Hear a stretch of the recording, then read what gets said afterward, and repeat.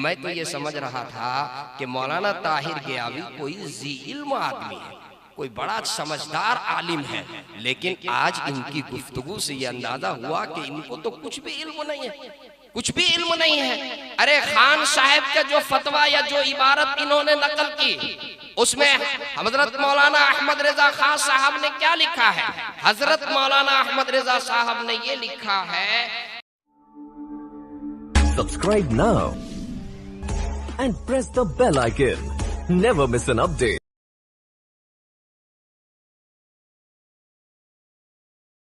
मुहर्रमुल हराम।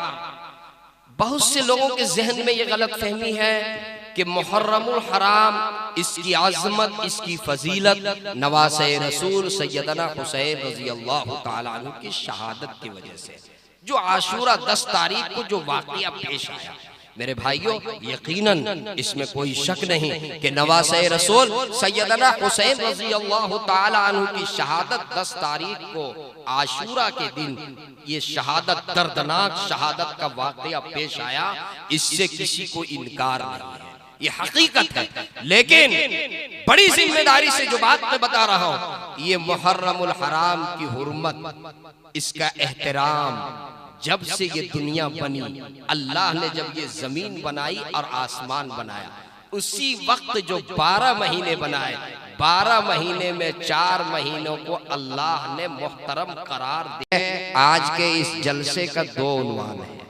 पहला उन्वान है मुनाजिर इस्लाम सुल्तानुल मुनाजिरीन हजरत मौलाना सैयद ताहिर हुसैन साहब गयावी रहमतुल्लाहि अलैह के हयात, खिदमात और उनके कारनामों को जिक्र किया जाए। मैं मुबारकबाद पेश करूंगा मुफ्ती मुनीरुद्दीन अल कासमी को, जिन्होंने मुनाजिर इस्लाम के हयात और खिदमात के उन्वान से जिला कोडरमा के उलमाए किराम को और कुर्ब जवार के उलमा और अवामुन्नास को जमा फरमाया।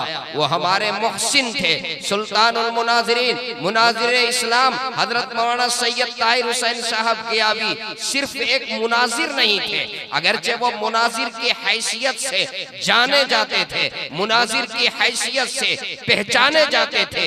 उनका इम्तियाज इहक़ाक़ हक़ और इब्ताल बातिल, ये उनका इम्तियाज था।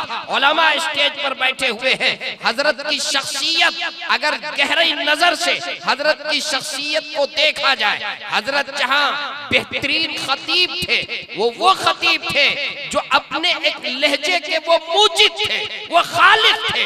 हजारों हदीसें सनद के साथ जिनको याद थी, वो हदीस पढ़ते थे, वहां से निकात निकाल करके और वो उस पर बयान फरमाते थे।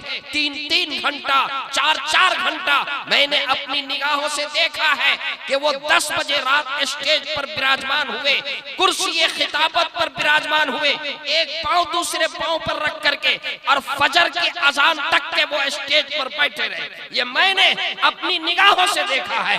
दिल साहब भी इसके शाहिद होंगे। एक नहीं, सैकड़ों प्रोग्रामों में हजरत के साथ रहने का मुझे शरफ हासिल है, हजरत की खिदमत का शरफ हासिल है, हजरत की माइयत, हजरत की खिदमत, हजरत की रिफाकत, हजरत की सोहबत हमें हासिल है। आज मैं मग़मूम हूँ, और सिर्फ मैं मग़मूम नहीं, ये उलमाए देवबंद सबके सब मग़मूम है, ये उलमा की जमात मग़मूम है। ये पूरे सिर्फ मुल्क के हिंदुस्तान के उलमा नहीं, बल्कि आलम इस्लाम के उलमा हजरत मौलाना के सानिह इर्तिहाल पर, हजरत मौलाना के हादसे वफात से पूरी दुनिया आलम इस्लाम के मुसलमान मग़मूम नजर। हजरत की जो शख्सियत थी, सही बात यह है कि जब किसी कोई शख्सियत दरमियान में होती है, उस वक्त जितनी उनकी कदर का इल्म नहीं होता, उस वक्त जितनी उनकी कदर नहीं होती, जब वो शख्सियत दरमियान से रुखसत हो जाती है, तब उनकी शख्सियत की कदर मालूम होती है, तब उनकी शख्सियत का अंदाजा होता है। आज अगर जरूरत पड़ जाए, कहीं पर मैदान मुनाजरा में तर्जमान की जरूरत पड़ जाए, आज कहीं मैदान मुनाजरा में इहक़ाक़ हक़ और इब्ताल बातिल के लिए मुतकल्लिम की जरूरत पड़ जाए, तो हमारी निगाहें सुल्तानुल मुनादिरीन को ढूंढेगी, हमारी निगाहें मुनादिर इस्लाम को ढूंढेगी, जो सिर्फ एक बेबाक खतीब नहीं, सिर्फ एक बेबाक मुनाजिर नहीं, सिर्फ एक बेबाक मुकर्रिर नहीं, बल्कि इल्म के साथ साथ वो जुरत और इस्तिक़लाल के पहाड़ थे। इल्म के साथ साथ वो बहादुर थे।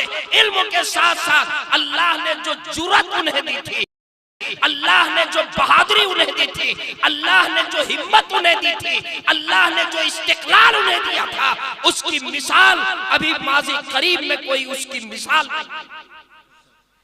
मेरे दोस्तों, सच्ची बात यह है, हजरत की जिंदगी में बहुत से वाक़यात पेश आए, हालात आए, बातिल के जानिब से कैसे कैसे हालात आए, कैसी कैसी अज़ियतें उन्हें पहुंचाई गई, कैसी कैसी तकलीफें उन्हें पहुंचाई गई, किस तरह से उनको सताया गया, किस तरह से उनको निशाना बनाया गया, किस तरह से उनको गालियां दी गई, किस तरह से उनके ऊपर मज़ालिम ढाए गए।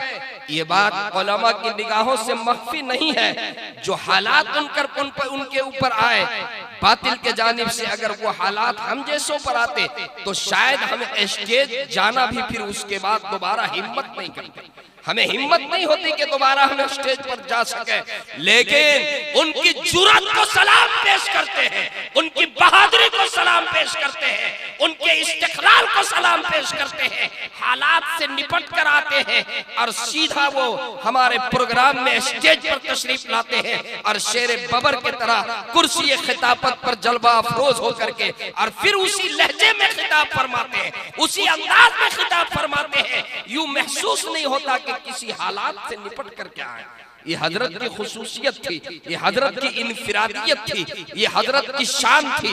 अगर मेरे पास वक्त होता तो मैं हजरत के जलालत इल्म, हजरत की खिदमत और हजरत ने आलम इस्लाम के ऊपर जो एहसान किए हैं अपने इल्म के जरिए से, दलाइल के जरिए से, बराहिन के जरिए से, हक को साबित करने के लिए जो कुछ उन्होंने कुर्बानी दी है, उनके जो तसनीफात हैं, अभी उनके तसनीफ का तज़किरा हजरत मौलाना इरफान साहब ने फरमाया, जो तरावीह के सिलसिले में तरावीह 20 रकअत, इस सिलसिले में हजरत अल्लामा ने जो किताब तसनीफ फरमाई है, बड़ी कीमती जुमला उन्होंने इस्तेमाल किया कि अगर आज उस किताब को अरबी में कर दिया जाए और उसको आलम अरब में भेजा जाए तो अरब में इस वक्त कोई आलिम नहीं है जो हजरत के उस तहरीर का जवाब दे सके।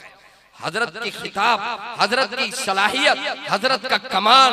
मेरे दोस्तों, मैं हजरत के साथ सिर्फ जलसों में नहीं रहा, बल्कि मुझे ये भी शरफ हासिल है कि हजरत के साथ मैदान मुनाजरा में भी स्टेज पर हजरत की मईयत में, हजरत की खिदमत में, हजरत के कदमों के सामने बैठने का शरफ हासिल हुआ जब डंगरा के सरजमीन पे मुनाजरा, डंगरा के सरजमीन पे मुनाजरा हुआ था। आज भी हजरत का वो ललकार मेरे ज़हन के सामने है।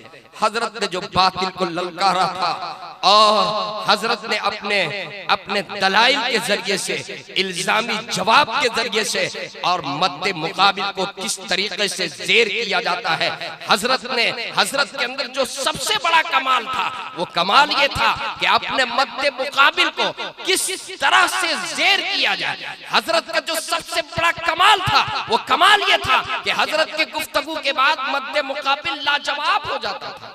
मुझे याद आता है वो डंगरा का मुनाजरा। अगर आप इजाजत दें उलमा स्टेज पर बैठे हुए तो मैं 2 मिनट में मुनाजरे की एक रुदात आपकी खिदमत में पेश करूं। डंगरा में मुनाजरा होने वाला है, तकरीबन रात के 10 बज गए। उलमाए बरेलवी हजरात स्टेज पर जलवा अफरोज बैठे हुए हैं, उनकी तकरीर चल रही है, हमारा स्टेज खाली है। डंगरा के नौजवान बार बार मुतालबा करते रहे, हजरत उलमाए बरेलवी स्टेज पर हैं, हमारे उलमा नहीं हैं, हमें शर्मिंदगी लग रही है, आप चलते क्यों नहीं हैं? हजरत ने फरमाया, भाई ये कोई इस्लाह मुआशरा का जलसा नहीं है, वहां जाकर कोई तकरीर नहीं करनी है, ये मुनाजरा है। मुनाजरा में पहले उन्वान तय होता है, फिर शराइत तय होते हैं, फिर उसी शराइत और उन्वान की रोशनी में गुफ्तगू होती है। अभी उन्वान तय नहीं हुआ, अभी शराइत तय नहीं हुए, मैं कैसे स्टेज पर जाऊं? मैं स्टेज पर जाकर क्या गुफ्तगू करूंगा? तकरीबन 11 बजने वाले, परेशान हो गए हमारे लोग। कहा कि हजरत अब मुनाजरा हो या ना हो, लेकिन हम अब आप स्टेज चलिए। तो पहले हजरत ने, हम जैसे छोटे जो उलमा वहां पर थे, हजरत ने फरमाया कि पहले आप लोग जाइए और जाकर स्टेज पर बैठ जाइए, कुछ बोलिएगा नहीं, खामोश बैठ जाइए। मुझे याद है मैं स्टेज पर गया और मैंने मुनाजरा की जो कमेटी थी, मैंने दरखास्त की कि उधर जो माइक चल रहा है इसको बंद किया जाए। चूंकि ये कोई इस्लाह मुआशरा का जलसा नहीं है, इसलिए इधर का माइक बंद है, उधर भी माइक बंद किया जाए। किसी दो स्टेज, दोनों अलग अलग स्टेज था, दोनों तरफ स्टेज, उलमाए देवबंद के लिए अलग स्टेज, उलमाए बरेलवी के लिए अलग स्टेज। कहा कि दोनों स्टेज से माइक बंद कर दिया जाए, जब तक के मुनाजरा उन्वान और शराइत तय ना हो किसी का माइक ना चले। खैर, कमेटी के अफराद बहुत ही पावरफुल थे, मजबूत थे, उन्होंने माइक बंद करवा दिया।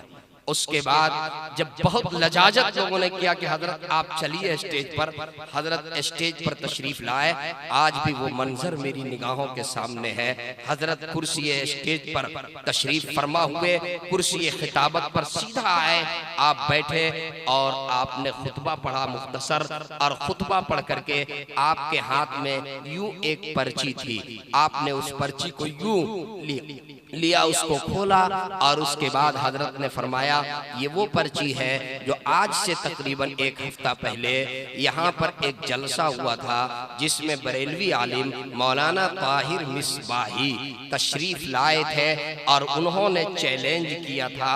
ये जो उन्होंने चैलेंज मुनाजरा जो लिखा है वो रुका मेरे हाथ में है, वो पर्ची मेरे हाथ में है। उसको हजरत ने पढ़ा, उसमें ये लिखा था कि मैं मुनाजरे के लिए तैयार हूँ, उलमाए देवबंद को मैं इसकी दावत देता हूँ और मैं इस बात का वादा करता हूँ कि अगर मैं मुनाजरा हार जाऊं तो फरीक़े मुखालिफ का मसलक कबूल कर लूंगा, उलमाए देवबंद का मसलक मैं कबूल कर लूंगा। ये उसमें लिखा हुआ था। हजरत ने उसको पढ़ा और पढ़ने के बाद हजरत ने फरमाया, अब उलमाए हजरत मौलाना अहमद रजा खां साहब की एक इबारत, उनका एक मलफूज नकल किया। उन्होंने ये लिखा है कि अगर कोई किसी से इस शर्त पर मुनाजरा करे कि मुनाजरा हार जाऊं तो फरीक़े मुखालिफ का मजहब कबूल कर लूंगा, ऐसा करना कुफ्र, इस शर्त पर मुनाजरा करना कुफ्र है। फरीक़े मुखालिफ का मजहब कबूल कर लूंगा, इस शर्त पर मुनाजरा करना कुफ्र है। ये मौलाना अहमद रजा खां साहब की ये तहरीर जिसको हजरत ने पेश किया। उसके बाद हजरत ने मौलाना ताहिर मिसबाही की तरफ मुखातब होकर के कहा कि चूंकि आपने ये लिखा है कि अगर मैं मुनाजरा हार जाऊं तो आप उलमाए देवबंद का मसलक कबूल कर लूंगा, और खान साहब ये लिखते हैं कि अगर कोई इस शर्त के ऊपर मुनाजरा करे कि फरीक़े मुखालिफ का मजहब कबूल कर लेंगे तो इस शर्त पर मुनाजरा करना कुफ्र है। इस तहरीर की रोशनी में मौलाना अहमद रजा खान साहब के इस फतवे की रोशनी में आप काफिर हो चुके हैं। पहले आप कलमा पढ़िए, फिर आपका तजदीद निकाह होगा, उसके बाद शराइत तय होंगे, उसके बाद उन्वान तय होगा, उसके बाद मुनाजरा शुरू होगा।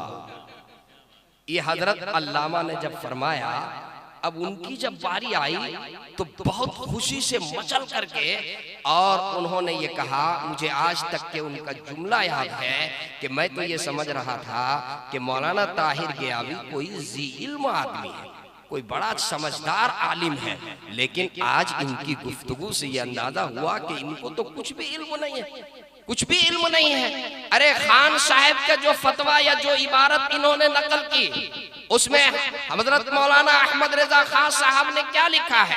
हजरत मौलाना अहमद रजा साहब ने ये लिखा है कि अगर कोई इस शर्त पर मुनाजरा करे कि फरीक़े मुखालिफ हार जाए तो फरीक़े मुखालिफ का मजहब कबूल कर लेंगे। मजहब और चीज है, मसलक और चीज, मजहब और चीज है और मसलक और चीज है। मौलाना अहमद रजा खान साहब ने क्या लिखा है? मजहब कबूल कर लेंगे, और हमने क्या लिखा है? मसलक कबूल कर लेंगे। मौलाना ताहिर गियावी साहब को मजहब और मसलक में फर्क मालूम नहीं। मैं तो ये समझ रहा था कि ये बड़े आलिम हैं, और फिर उसने आगे कहा कि बताइए हम लोगों का मजहब में कोई इख्तिलाफ है? हमारे मजमे की तरफ मुखातब होकर के पूछा, ये बताइए हम दोनों के मजहब में कोई इख्तिलाफ है? हमारा मजहब भी इस्लाम और आपका मजहब भी इस्लाम, हम भी मुसलमान आप भी मुसलमान, उलमाए बरेलवी भी मुसलमान, उलमाए देवबंद भी मुसलमान, बरेलवी के मानने वाले भी मुसलमान, देवबंद के मानने वाले भी मुसलमान, हम दोनों का मजहब इस्लाम। ये तकरीर किसने की? उधर के मुनादिर मौलाना ताहिर मिसबाही, उनका भी नाम मौलाना ताहिर साहब। जब ये तकरीर उन्होंने की वो तो बहुत खुश हुए कि हमने बहुत उम्दा जवाब दे दिया। हजरत अल्लामा मुस्कुराए, मैं उनको देख रहा था। हजरत अल्लामा एक आंख से उनके तरफ देख रहे थे जब वो तकरीर करके ये ललकार रहा था कि मैं तो ये सोच रहा था कि मौलाना ताहिर साहब बहुत इल्म आदमी। जब हजरत की बारी आई तो हजरत ने मुस्कुरा करके और मजमे की तरफ देखा, अपने मजमे की तरफ और उनके मजमे की तरफ, और उनकी तकरीर को पहले हजरत ने दोहराया। कहा कि अभी क्या ऐलान हुआ उधर से कि हम दोनों का मजहब इस्लाम, हम दोनों मुसलमान, देवबंदी भी मुसलमान और बरेलवी भी मुसलमान। अभी ऐलान हुआ या नहीं? पूरे मजमे से पूछा, सब ने कहा कि हाँ यही ऐलान हुआ। पूछ लीजिए यही कह रहे हैं? हाँ यही कह रहे हैं। उसके बाद हजरत ने फरमाया आज पहली बार इनके स्टेज से हम लोगों को मुसलमान होने की पहली बार सर्टिफिकेट मिली। आज पहली बार सर्टिफिकेट मिली, पहली बार इनके स्टेज से ऐलान हुआ कि हम सब मुसलमान हैं और हमारा मजहब इस्लाम है का ऐलान हो गया कि हाँ। अब आगे आइए, हजरत ने अल मलफूज का एक हवाला जो हजरत मौलाना अहमद रिजा खान साहब का, उससे एक हवाला हजरत ने नकल किया। वो हवाला इस वक्त मेरे जहन में नहीं है, लेकिन वो इबारत जो उन्होंने नकल की कि हजरत मौलाना अहमद रिजा खान साहब से किसी ने पूछा कि देवबंदी वहाबी का ज़बीहा खाना हलाल है या नहीं, ऐसा। तो हजरत मौलाना अहमद रिजा खान साहब ने उसके जवाब में ये इरशाद फरमाया, मन शक्क फी कुफ्रिही व अज़ाबिही फक़द कफ़र। जिसने देवबंदी के कुफ्र में शक किया वो भी काफिर, जिसने शक किया वो भी काफिर। कहा कि ये आपके खान साहब का फतवा है। अब तो मुझे आपको मुसलमान कहते हुए डर लगता है, खान साहब के फतवे की रोशनी, उनके फतवे की रोशनी में मुझे मुसलमान कहते हुए डर लगता है। ये मेरा आलिम नहीं कह रहा है, आपका आलिम कहता है कि जो देवबंदी के कुफ्र में शक करे वो भी काफिर। आपने शक नहीं किया बल्कि ऐलान कर दिया कि ये सब मुसलमान हैं। आपने ऐलान कर दिया। उसके बाद हजरत ने फरमाया अब इस आपकी इस तकरीर की रोशनी में, खान साहब के फतवे की रोशनी में आप काफिर हो चुके हैं और यहाँ पर मुनाजरा जो है किसी मोमिन और काफिर के दरमियान नहीं है, मुसलमान के दरमियान है। इसलिए पहले आप मुसलमान बनिए, पहले आप कलमा पढ़िए, अगर निकाह हुआ है तो तजदीद निकाह होगा, उसके बाद उन्वान तय होगा, उसके बाद शराइत तय होंगे और फिर उसके बाद मुनाजरा होगा। मुझे याद है आज तक के हजरत का ये जो जवाब था जो हजरत ने उनको फंसाया, पूरी रात इससे वो निकल नहीं सका। पूरी रात को कोशिश करता रहा लेकिन इसका जवाब नहीं दे सका। और फिर वहां पर अल्हम्दुलिल्लाह उलमाए देवबंद की कामयाबी, फजर तक के हजरत ये पाँव इस पाँव पर रख करके और फजर तक 10:30 बजे रात स्टेज पर बैठे और फजर की अजान तक के हजरत उसी तरीके से विराजमान। ये हजरत की खूबी थी। मुझे उनके साथ सफर का बहुत मौका मिला, बहुत यादें हैं मेरी निगाहों में। झरिया का मुनाजरा हुआ, दलकोला का मुनाजरा हुआ और कटक का मुनाजरा हुआ। उस सरगुज़श्त को सुनाने का मौका नहीं है। हमारे एक आलिम दीन, मैंने अपने मदरसे में भी ताज़ियती जलसा किया था, वहाँ पर हमारे एक बड़े आलिम ने ये फरमाया कि अब उसको बयान करने से ज्यादा अहम ये है, अभी हजरत मौलाना इरफान साहब ने भी उस जानिब निशानदही की कि आज जरूरत है कि हम अपनी तैयारी करें। आज जरूरत है कि तैयारी करें, मजबूती के साथ तैयारी करें, ताकि कभी जरूरत पड़े तो अपने अकायद का सही तौर पे अकायद का इल्म हमें होना चाहिए। ये तो बुनियाद है, इसका इल्म होना चाहिए। हम इसका दिफा कर सके, हम जवाब दे सके, हम इस पोजीशन पे रहे। हजरत की किताबें हैं, हजरत के खिताब हैं, हजरत की तकरीरें हैं और हजरत के बेशुमार जो है हजरत के तसनीफात हैं। हम उलमा से गुजारिश करेंगे उसको पढ़िए, उसको मुताला कीजिए और हजरत जो नुकूश छोड़ करके गए हैं हम उसको अपनी जिंदगी के अंदर दाखिल करें। करें। अल्लाह तबारक व तआला से दुआ फरमाए, अल्लाह रब्बुल इज्जत हजरत अल्लामा मौलाना सैयद ताहिर हुसैन साहब गियाबी रहमतुल्लाहि अलैह की बाल बाल मग़फ़िरत फरमाए, अल्लाह उनके दरजात को बुलंद फरमाए, अल्लाह तबारक व तआला उनका नेअमल बदल अता फरमाए। दोस्तों, चूंकि मुफ्ती साहब ने आज के इस जलसे का ये उन्वान कायम किया था, मैंने जरूरत महसूस किया कि मैं चंद मिनट इसके ऊपर गुफ्तगू करूं, इसलिए मैं ये चंद मिनट हजरत की शख्सियत पर मैंने रोशनी डाली। अब अगर आप इजाजत दें तो दाएं तरफ का उन्वान मेरा पूरा हुआ, बाएं तरफ उन्वान लगा हुआ है माह मुहर्रमुल हराम के फजाइल, आमाल, बिदआत और गलत फहमियां। अगर आप इजाजत दें तो 10-15 मिनट और गुफ्तगू कर लूं, इजाजत है? जरा हाथ उठा करके इजाजत दीजिए। माशाअल्लाह सब लोग तैयार हैं। एक पागल खाने में वक्त का मिनिस्टर पागल खाने में चला गया। दिल साहब, हमारे झारखंड की खुसूसियत ये है, हमारे झारखंड में अल्हम्दुलिल्लाह रांची में कांके की सरजमीन पे पागल खाना मौजूद है। कहीं पर कोई किसी का ईंट खिसके आ जाए झारखंड, ईंट उसकी दुरुस्त हो जाए। ये हमारे रांची, हमारे झारखंड को ये इम्तियाज हासिल है। कांके के पागल खाने में एक मिनिस्टर साहब चले गए देखने के लिए, बाहर से आए हुए थे, वो मंत्री थे, वो चले गए देखने के लिए। तो देखा पागल तो अजीब अजीब हरकत करते हैं, पागल खाने में पागलों की हरकत अजीब अजीब होती है। एक पागल जो है वो अपने बेड में बैठकर, पलंग में बैठ करके हाथ ऐसे ऐसे कर रहा था। तो उसको पूछा मिनिस्टर साहब ने, ये बताओ तुम क्या कर रहे हो? कि आगे से हटो, मेरी गाड़ी चल रही है, एक्सीडेंट कर जाएगा। आगे से हटो, गाड़ी चला रहे हैं, एक्सीडेंट कर जाएगा। अच्छा, दूसरा पागल को देखा, वो बिल्कुल खामोश बैठा हुआ है, ऐसे बैठा हुआ जैसे नौशा जो है वो निकाह के वक्त काजी के सामने बैठता है। तो उसको पूछा, भाई तुम इतना खामोश क्यों बैठे हुए? तो उसने कहा कि अभी कुछ मत बोलो, मेरा निकाह हो रहा है। अभी कुछ मत बोलो, मेरा निकाह हो रहा है। आगे जब मिनिस्टर साहब गए तो देखा कि एक सुराख है और उसमें एक पागल जो है सुराख में बहुत गौर से कुछ देख रहा है।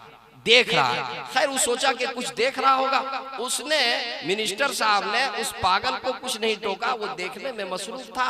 वो आगे बढ़ गया, पूरे पागल खाना का मुआयना किया तकरीबन 4 घंटे तक। 4 घंटे के बाद जब वापस आया तो देखा कि वो सुराख में देख ही रहा। वो पागल जो है 4 घंटे से सुराख में देख ही रहा है। तो उसको पूछा कि बताओ तुम क्या देख रहे हो सकता है कोई चीज वहां पर है जिसको ये देख रहा है। कहा कि जरा हटो, जरा मुझे भी देखने दो। तो वो हटा, उसके बाद ये गौर से देखने लगा। 1 मिनट गुजरा, कुछ भी नजर नहीं आया। कहा अजीब पागल आदमी हो, अरे तुम 4 घंटे से क्या देख रहे हो? कुछ तो नजर नहीं आ रहा है, तुम क्या देख रहे हो? तो पागल ने बहुत इत्मीनान से जवाब दिया कि 4 घंटे से मुझे कुछ नजर नहीं आया, तुमको 4 सेकंड में नजर आ जाएगा। 4 घंटे से नजर नहीं आया और तुमको 4 सेकंड में नजर आ जाएगा। आज परेशान है योगी सरकार, उत्तर प्रदेश में मदरसों का सर्वे करा रहा है। परेशान है कि ये मदरसे चलते कैसे, परेशान है कि मदरसे कैसे चल रहे हैं। मदरसे का सर्वे हो रहा है, मदरसों का जांच हो रहा है, मदरसों पे खुसूसी CBI ID लगाया जा रहा है। मदरसे कैसे चल रहे हैं? मुफ्ती मुनीरुद्दीन अल कासमी, जिनके एहतमाम में मदरसा अरशदुल उलूम तरक्की परगामदन है, मैं बताना चाहता हूँ ये मदरसे आज से नहीं चल रहे हैं। ये मदरसे जिनकी निस्बत सुफ़ा से है, 1450 साल से मदरसे चल रहे हैं। आज मैं आपको बताना चाहता हूँ ये मदरसा मुहतमीम नहीं चलाता, ये मदरसा नाजिम नहीं चलाता, ये मदरसा मुहतमीम का जागीर नहीं है और ये मुहतमीम मदरसा नहीं चलाता। तुम्हें कैसे पता चलेगा? जो मदरसा चलाने वाले हैं, 1450 साल से मदरसा चला रहे हैं, उनको खुद नहीं पता कि ये मदरसे चल कैसे रहे, तुम्हें कैसे पता लग जाएगा? अरे ये मदरसे मुहतमीम नहीं, ये मदरसा चलाने वाला खुदा है। आज तक हमें नहीं मालूम हुआ, तुम्हारे बैठे हुए 5 साल हुआ, तुमको कैसे मालूम होगा मदरसा कैसे मालूम होगा मदरसा कैसे चलता? इतना आसान नहीं है।